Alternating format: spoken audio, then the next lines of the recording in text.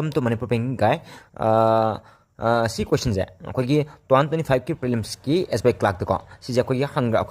question hai ko. Aduga sida koi question na hai kai na matam da. Three numbers are in the ratio 3:4:5 ko, and their LCM is 2400 ko. Find their high shape amne ko. Adu de koi ki yeng ase ko. Si koi yam shortcut ta puthok ke ko. I have the light koi ki ma se 3 ko. 3 ko 4 amasung adagi 10 5 ne ko aduga sinajita koina magi x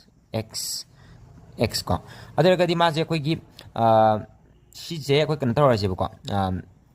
have 3 4 5 se koi asidi koi gi co prime ne ko co prime ne 5 4 2 asi 3 ka je aduna mo je koi gi multiply tar je multiply tar gadi koi kya ta koi multiply tar gadi kya ta ani dore adri koi gi kantar 60 tare ko 60 tare 60 duk magi common of the common je x ne ko aduk magi asaki magi koi gi kanu je khwa chaw je LCM gi kanu je 2400 ne ko 2400 ne adre gadi 6 4 ja 24 ko adri 60 na 1400 takak matam da 40 thong ne ko then adri x equal to 40 sida lore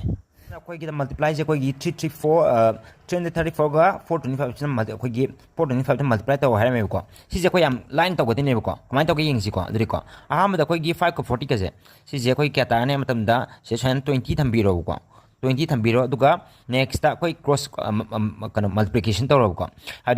3 ja 15 le ko 4 2 ja ai le ko aditi 23 ko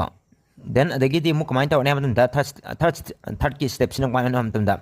4 sigi